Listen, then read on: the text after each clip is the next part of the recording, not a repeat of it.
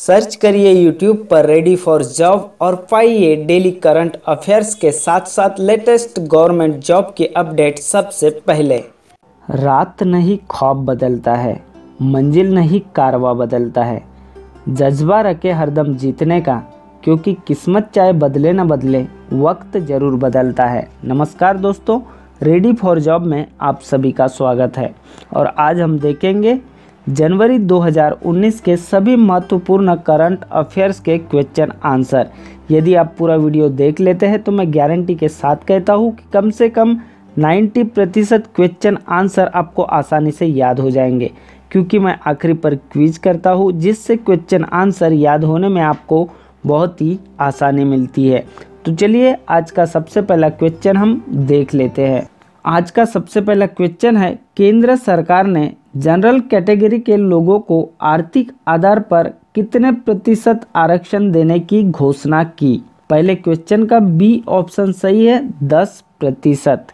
केंद्र सरकार ने ऐसे जनरल कैटेगरी के लोग जिनकी सालाना आय 8 लाख रुपए से कम है उन्हें 10% आरक्षण देने की घोषणा की।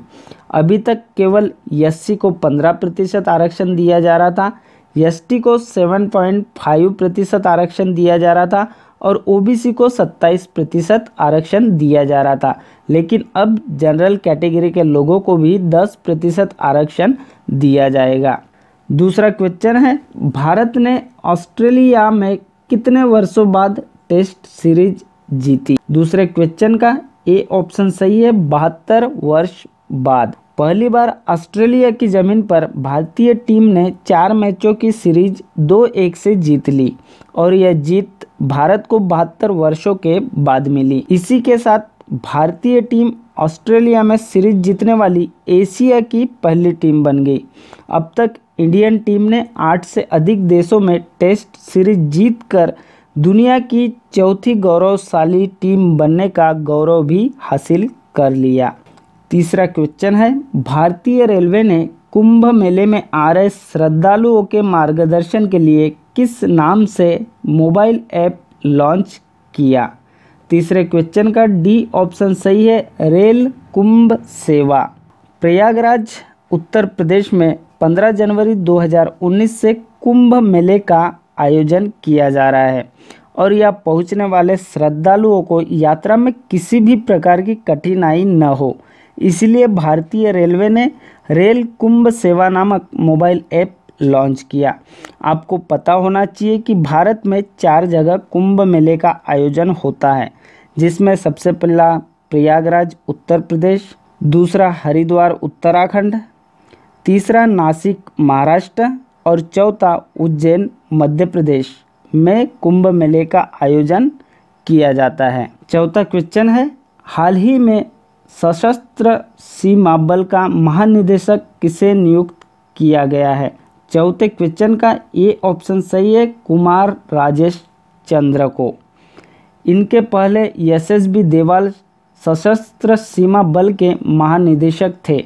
राजेश चंद्र 1985 बैच के आईपीएस अधिकारी है। यह आपको आईपीएस का फुल फॉर्म पता होना चाहिए। तो आईपीएस का फुल फॉर्म होता है इंडियन पुलिस सर्विस, और आईएफएस, आईपीएस, आईएएस आदि जितने भी पद हैं, इन सब पदों की भर्ती कौन लेता है? यूपीएससी। यूपीएससी मतलब यूनियन पब्लिक सर्विस कमीशन। इस क्वेश्चन से इतनी जानकारी आपको मिल जाती है। पांचवा क्वेश्चन है, नॉर्वे के प्रधानमंत्री का क्या नाम है जो 3 दिवसीय भारत दौरे पर आई है? पांचवें क्वेश्चन का डी ऑप्शन सही है, Erna Solberg. Erna Solberg Norway की प्रधानमंत्री है और अभी भारत में 3 दिवसीय दौरे पर आई है। यहाँ आपको कुछ नॉर्वे के बारे में थोड़ी बहुत जानकारी होना जरूरी है। जैसे नॉर्वे की राजधानी क्या है? तो नॉर्वे की राजधानी ओस्लो है और वहाँ के करेंसी को नॉर्वेजियाई क्रोन कहा जाता है। छठवां क्वेश्चन है, किस राज्य में दुनिया का सबसे बड़ा क्रिकेट स्टेडियम बन रहा है? छठवें क्वेश्चन का ए ऑप्शन सही है, गुजरात में। इस स्टेडियम में कुल 1,10,000 दर्शक एक साथ बैठकर क्रिकेट देख सकेंगे। इसके पहले दुनिया का सबसे बड़ा क्रिकेट स्टेडियम कहाँ था? दुनिया का सबसे बड़ा क्रिकेट स्टेडियम मेलबर्न, ऑस्ट्रेलिया में था। यहाँ पर 1,04,000 लोगों के बैठने की व्यवस्था थी और अब गुजरात में उससे भी बड़ा क्रिकेट स्टेडियम बन रहा है, जहाँ कितने लोग बैठेंगे? 1,10,000। 7वां क्वेश्चन है, विश्व बैंक के अध्यक्ष ने उनका कार्यकाल समाप्त होने से पहले ही इस्तीफा दे दिया। उनका क्या नाम है? 7वें क्वेश्चन का बी ऑप्शन सही है, जिम योंग किम। इनका कार्यालय वैसे तो 2022 तक समाप्त होने वाला था, किंतु इन्होंने कार्यकाल पूरा होने से पहले ही इस्तीफा देने की घोषणा कर दी। यह आपको पता होना चाहिए कि विश्व बैंक क्या है और उसके कार्य क्या है। विश्व बैंक को वर्ल्ड बैंक भी कहते हैं।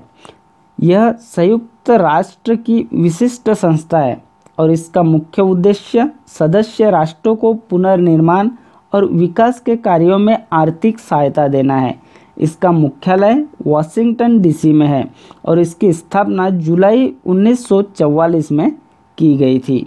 8वां क्वेश्चन है, अंतर्राष्ट्रीय मुद्रा कोष मतलब IMF की चीफ इकोनॉमिक्स किसे नियुक्त किया गया? 8वें क्वेश्चन का ए ऑप्शन सही है, गीता गोपीनाथ को। हमारे देश भारत में जन्मी गीता गोपीनाथ को IMF में चीफ इकोनॉमिस्ट नियुक्त किया गया। गीता 11वीं चीफ इकोनॉमिस्ट बनी और वे इस पद पर पहुंचने वाली पहली महिला भी बनी। अब हमको यहाँ पर IMF का फुल फॉर्म पता होना चाहिए। तो IMF का फुल फॉर्म होता है इंटरनेशनल मॉनेटरी फंड और इस संस्था का काम अपने सदस्य देशों की वैश्विक आर्थिक स्थिति पर नज़र रखना, उन्हें आर्थिक और तकनीकी क्षेत्रों में मदद करना होता है। 9वां क्वेश्चन है, भारतीय वैज्ञानिकों द्वारा किस नदी में ऑक्टोपस देखे जाने की पुष्टि की गई?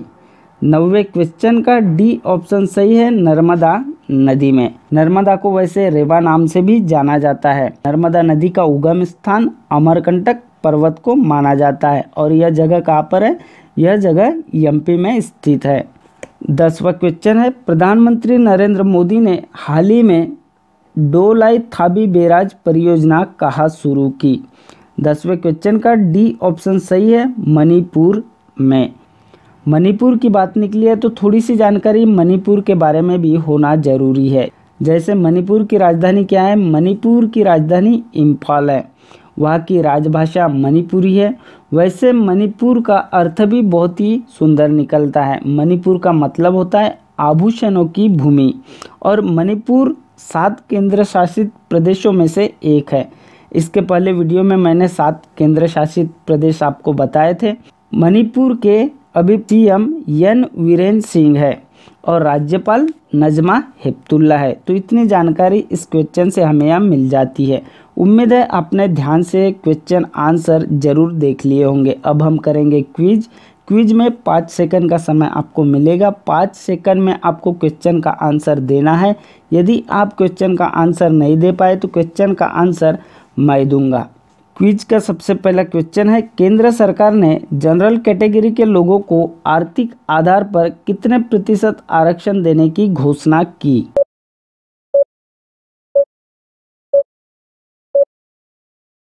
पहले क्वेश्चन का बी ऑप्शन सही है, 10% आरक्षण देने की घोषणा की। दूसरा क्वेश्चन है, भारत ने ऑस्ट्रेलिया में कितने वर्षों बाद टेस्ट सीरीज जीती?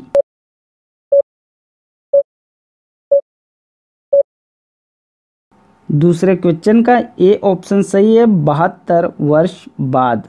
तीसरा क्वेश्चन है, भारतीय रेलवे ने कुंभ मेले में आ रहे श्रद्धालुओं के मार्गदर्शन के लिए किस नाम से मोबाइल ऐप लॉन्च किया?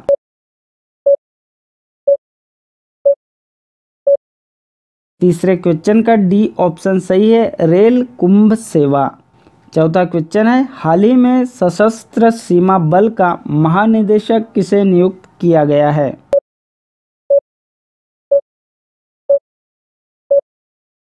चौथे क्वेश्चन का ए ऑप्शन सही है, कुमार राजेश चंद्र को। 5वां क्वेश्चन है, नॉर्वे के प्रधानमंत्री का क्या नाम है जो त्रिदिवसीय भारत दौरे पर आई है?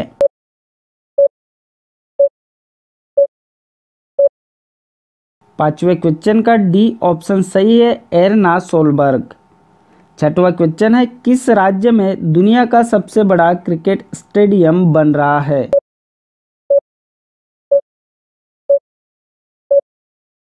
8वें क्वेश्चन का ए ऑप्शन सही है, गुजरात में। 7वां क्वेश्चन है, विश्व बैंक के अध्यक्ष ने उनका कार्यकाल समाप्त होने से पहले ही इस्तीफा दे दिया, उनका क्या नाम है?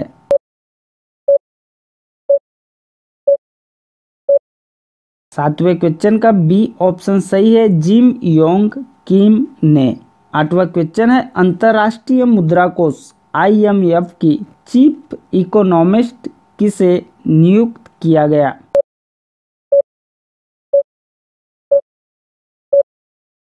8वें क्वेश्चन का ए ऑप्शन सही है, गीता गोपीनाथ को। 9वां क्वेश्चन है, भारतीय वैज्ञानिकों द्वारा किस नदी में ऑक्टोपस देखे जाने की पुष्टि की गई है?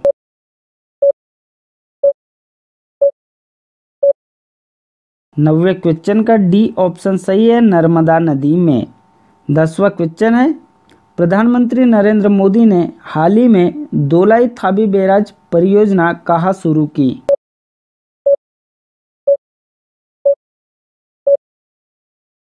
10वें क्वेश्चन का डी ऑप्शन सही है, मणिपुर में। तो उम्मीद है दोस्तों कम से कम 90% क्वेश्चन आंसर आपको याद जरूर हो गए होंगे। अब एक क्वेश्चन आपके लिए जिसका आंसर आपको कमेंट बॉक्स में जरूर देना है।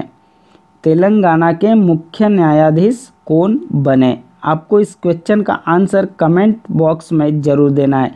साथ ही मुझे यह भी बताना है कि इस तरीके से आपको कितने क्वेश्चन आंसर याद हो रहे हैं। वीडियो यदि अच्छा लगे तो शेयर जरूर करिए, साथ ही इस चैनल को सब्सक्राइब कर बेल का बटन भी जरूर दबाइए। मैं मिलता हूं नए अपडेट के साथ, तब तक के लिए नमस्कार।